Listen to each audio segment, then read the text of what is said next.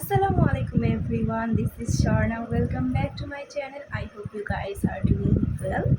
যারা যারা আমার এই ভিডিওটা দেখছো সবাইকে অনেক অনেক থ্যাঙ্কস।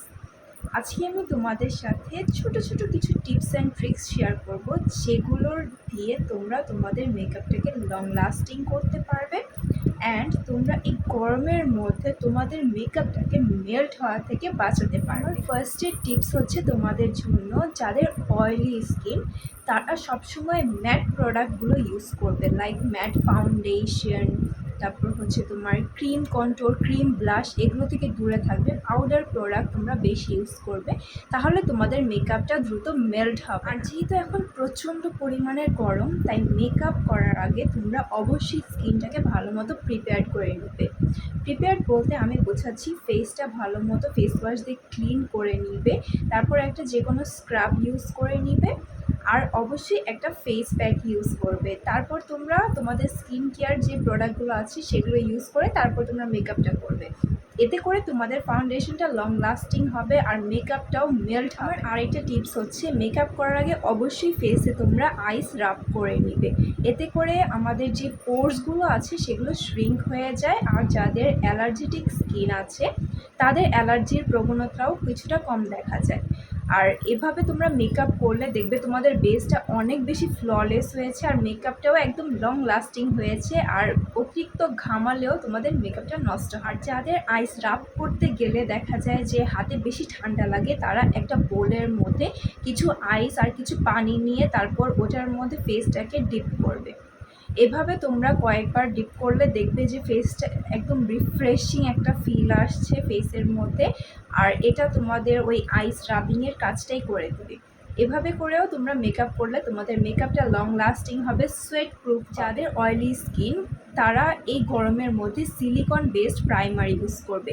এতে করে তোমাদের যে স্কিন থেকে ন্যাচারাল অয়েলটা প্রডিউস হচ্ছে সেটা লক করে দিবে প্রাইমারটা, তাই তোমাদের ফাউন্ডেশনটা আর মেল্টও হবে না আর কোনো ভয়। আরেকটা টিপস হচ্ছে যাদের মেকআপ অতিরিক্ত মেল্ট হয়ে যাচ্ছে, এই গরমে কিছুতেই থাকছে না, তারা প্রতি ধাপে ধাপে অর্থাৎ প্রতি স্টেপে স্টেপে তোমরা যদি সেটিং স্প্রে ইউজ করো তাহলে সেটা তোমাদের জন্য খুবই উপকারী হবে।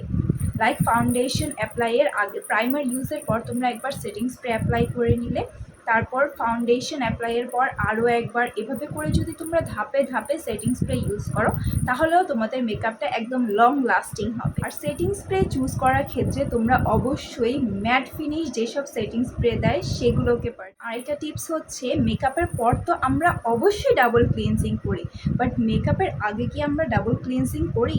না, আমরা সেই কাজটা একদমই করি না। এখন থেকে মেকআপ করার আগেও আমরা অবশ্যই ডাবল ক্লিনজিং করে নিব ফেসে। এতে করেও মেকআপটা লং লাস্টিং হবে অ্যান্ড ফ্ললেস হবে। ডাবল ক্লিনজিং মেকআপের আগে আমরা কিভাবে করব সেটাই আজকে তোমাদেরকে বলে দিচ্ছি। ফার্স্টে তোমরা ফেস ওয়াশটা দিয়ে ভালো মতো তোমাদের ফেসটাকে ওয়াশ করে নিবে।